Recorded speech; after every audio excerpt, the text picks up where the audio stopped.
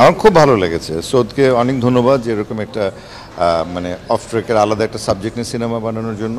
আর বিশেষ করে যে লোকেশনগুলি বাছাই করেছে, অসাধারণ ব্যাকগ্রাউন্ড স্কোর, সেই সাথে খুব ভালো ক্যামেরার কাজ, আর অভিনেতা অভিনেত্রীরা যারা অভিনয় করেছেন সবাই মানে প্রাণ খুলে অভিনয় করেছে। মনে হয়েছে প্রত্যেকটা চরিত্র এটাই হওয়া উচিত ছিল আসলে। আর সৌদ ইজ মানে ওয়ান্ডারফুল রাইটার বেসিক্যালি। সৌদের সাথে আমি প্রথম জীবনের দিকে যখন প্রোডাকশন করতাম, টেলিভিশন নাটক সিরিজ বানিয়েছি, ওই সময়টাতে সৌদ আমার অনেক কাজ করেছে। তো তখন থেকে আমি জানি যে হি ইজ ব্রিলিয়ান্ট। সো এটা আস্তে আস্তে সিনেমাতে আমরা দেখতে পাচ্ছি।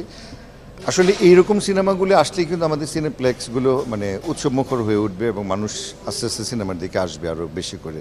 সো আরও বেশি প্রমোশন হওয়া দরকার। তো আমার মনে হয় আপনাদের মাধ্যমে মানুষজন জানবে যে মানে সৌদ একটা দারুণ সিনেমা বানিয়েছে। আসলে এটা দুই পক্ষেরই কথা আছে। যারা সিনেমাটা দেখাচ্ছে, সিনেপ্লেক্স যাদের, সিনেপ্লেক্সের সংখ্যা খুব কম, তো তাদেরও একটু কিছুটা লিমিটেশন আছে।